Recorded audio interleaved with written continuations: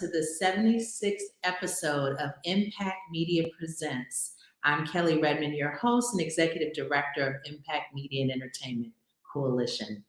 I have a very special guest I'm bringing on, Dr. Angela Parker. Welcome. Hi, thank you so much for having me.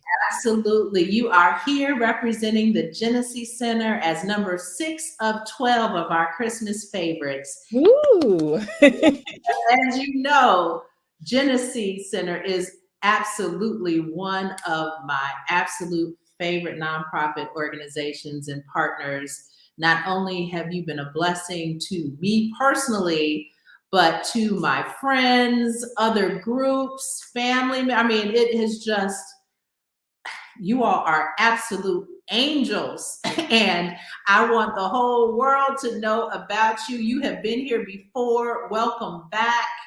And I just can't wait to talk to you a little bit more and share more about the Jenesse Center, because especially during times like these, the economy down, holidays, depression running rampant, losing Twitch in a very, sad public way. Depression is being elevated again as we're losing more prominent people, but it's happening to people who are not, on our television screens, who are our coworkers, our family members, and others. And it's just so important that we know how to support them, or if we as individuals are having some challenges, what we can do and what's needed. So thank you, your executive director and president, Karen Earl, Dr. Sharman Davis, who heads the counseling department, and so many others there at Jenesse who are just absolute angels and wonderful in the service and caring that you provide, to the community. So thank you and welcome again.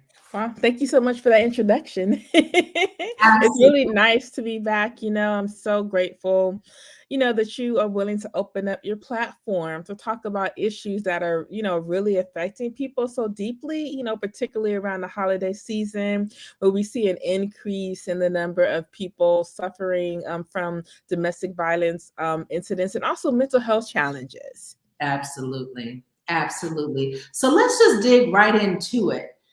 During these times,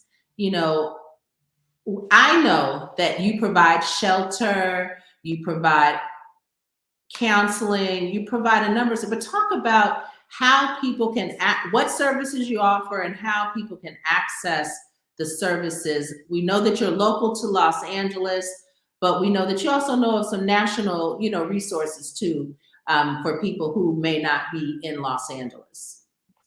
Thank you. So I think the great thing about Jenesse is people think of us as a domestic violence shelter, which we are, but we're also a family institute. And so we service everyone in the community who needs help.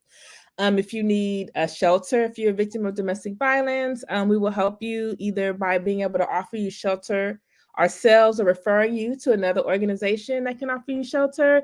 If you don't need shelter, but if you're suffering as a result of mental health issues, legal issues, maybe you're struggling financially, if you have health issues, we are able to provide you with the services that you need to get back on your feet in those various ways. As a matter of fact, we're one of the only domestic violence intervention programs with an in-house legal department where we not only have 5 attorneys on staff where we're actually able to go and represent people, but we've been in the Inglewood Superior Courthouse for over 20 years, providing restraining orders to anyone who needs them. We provide therapy for people who need that through our drop-in center, which again is open to anyone in the community. And I think, it's important to kind of understand your local resources. Google, a lot of times you can look that up and see what resources are there. 211 is another number that you can call if you're not sure which resources are close to you. And just reaching out to people in your community and your friendship group, because you never know who knows what and who can be there of service to help you is also something that we recommend as well.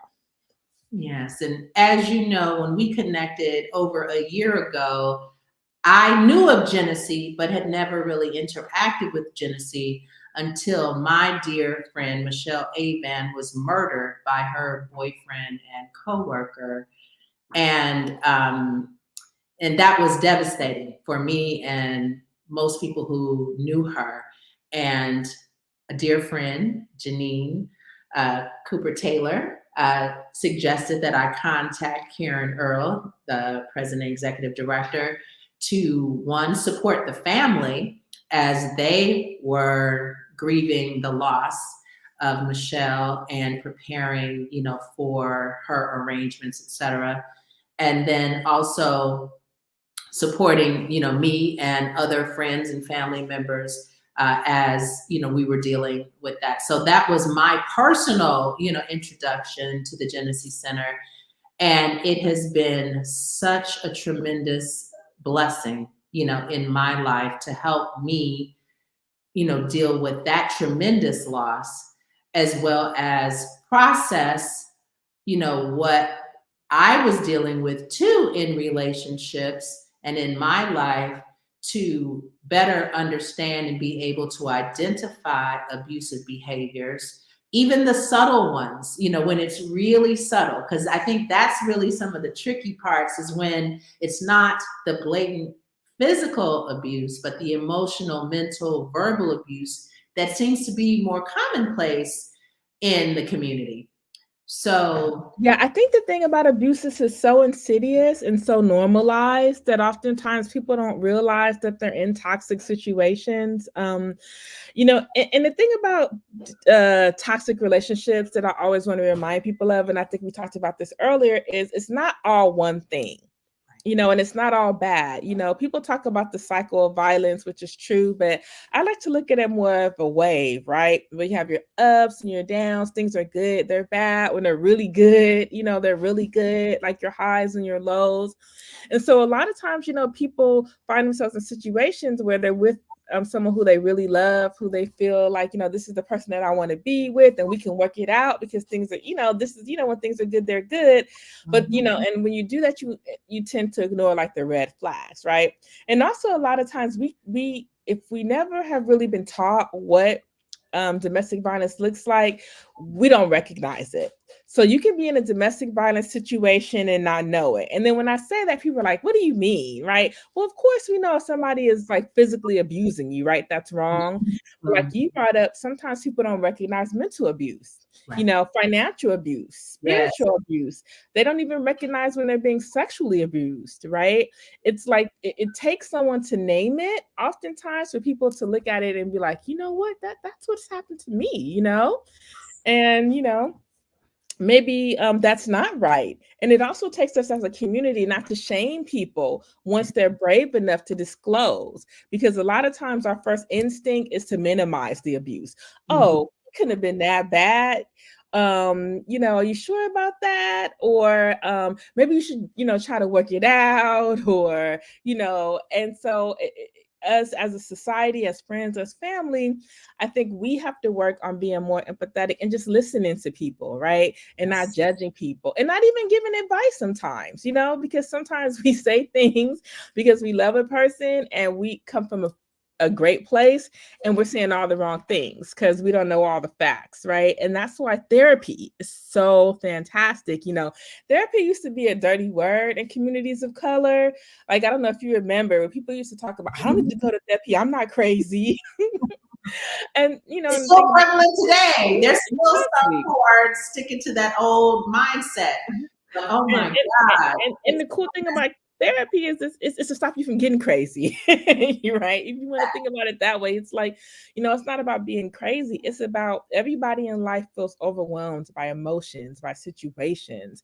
And therapy, helps you, manage that and helps you recognize things that maybe you're not able to recognize in your own life. So I think that no one should ever be ashamed to seek help, whether it's physical help, I need to physically be removed from this situation, or mental health, right? I need to talk to someone who can help me with self-care and self-love, right? And self-care is a big thing. Self-care is a huge part of navigating like domestic violence situations, because until you feel strong and healthy enough to make a change, you're going to continue to kind of be stuck in that situation because you don't have the mental or physical stamina to get out. Yes. I want to share a resource that was shared with me through Jenesse Center, learning about the Loveland Foundation that offers the vouchers for free therapy sessions. And so Google the Loveland Foundation. I know they're not accepting any more requests for this year, but I believe they open it up January 19th, somewhere around there. So that is a resource for Black women and girls to get vouchers to get free therapy. And I learned about it from Dr. Sharman Davis, and very grateful for that resource, because I have shared it broadly with so many people, and people with organizations who can reach other people more broadly. And it's national. You don't have to be limited to a specific geography, in the United States. So really grateful for that resource. There's something else I wanted to say, something positive that came out of the connection and introduction to me at the Jenesse Center last year.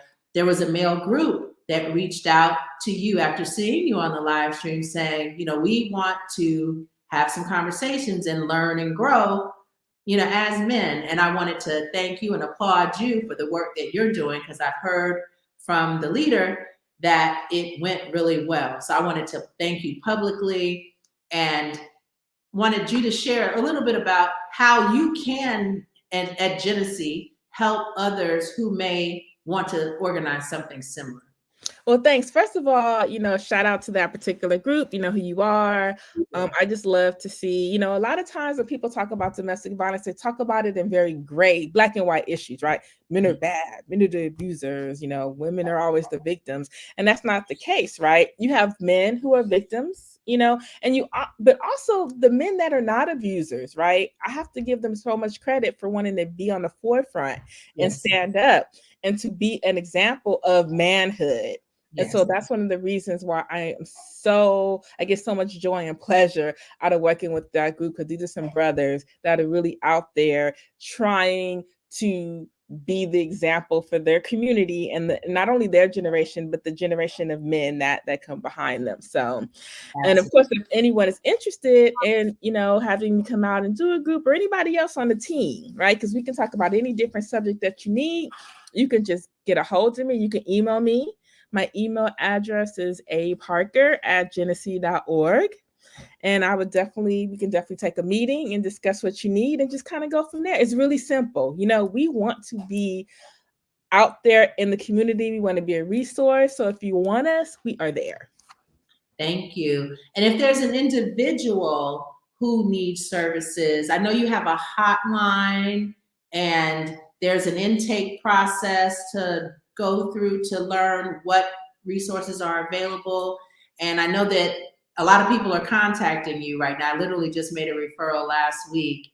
And so can you talk a little bit about that process as we're wrapping up? This has just been really, really wonderful, Angela, as always. So let's make sure the people who need the help now immediately know how to do that. And of course, we'll continue our conversation over time.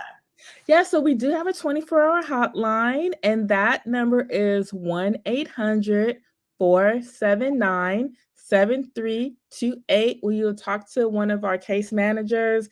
They'll walk you through the process. And we do have an intake, because we just have to get information. And I know oftentimes when you're dealing with it, it's a lot to have to tell people, but it's to help you, right? To see, what it is that you need and how the services we can provide you. And through the intake process, we decide, together, the person on the phone, like, is Jenesse the place for you, or do you need to go somewhere else? I think the great thing that we pride ourselves on is building strong partnerships, so that, we are able to, if Jenesse is not the right fit, we're able to send you somewhere that would be good for you, and your children, if you have children as well. You can look us up on our website, www.jenesse with a J, JENESSE.org, and learn more information about us. And and then you can always again email me, and I'm here to answer any questions that you may have. There might be somebody out there watching this today that's like, I really think that I'm in a domestic violence situation, but you're not ready to call the hotline yet. That's fine. Call me. I'm here. And say your email address one more time, please. A Parker, APARKER at Jenesse, JENESSE.org. Angela, thank you so much. I could not do a 12 favorites without having Jenesse as a part of it. Such a wonderful, necessary resource in our community, in my life, and those who are important to me. So thank you for joining me today and being a part of this, allowing us to celebrate you and your work. And I will be in touch and see you real soon. And I appreciate you, Karen, Dr. Davis, for being such wonderful partners. And thank you for being our partner, for getting the word out. If it were not for community members like yourself, we would not be able to reach the people that we need to. And do not think that we take for granted that you are out here, supporting our work, validating our work, and being our friend and our sister. We are forever grateful to you for that. Thank you. I believe that, I feel it, and I receive it. Thank you so, so much. You have a wonderful holiday season, and give everyone my love there at the Jenesse Center. Thank you. Will do. Thank you again for joining us. Again, Jenesse, JENNESSE.org. And then also the Loveland Foundation. Look up the Loveland Foundation to learn more about free therapy sessions for Black women and girls. And you will have opportunities to get vouchers to use for therapy sessions nationwide. Thank you so much for tuning in. Have a wonderful rest of the afternoon, and I will be live again later this afternoon with Jason Mims. He is the actor that plays Hosea on the second season of Cherish the Day on the Oprah Winfrey Network. I will see you real soon. Take good care. Bye-bye.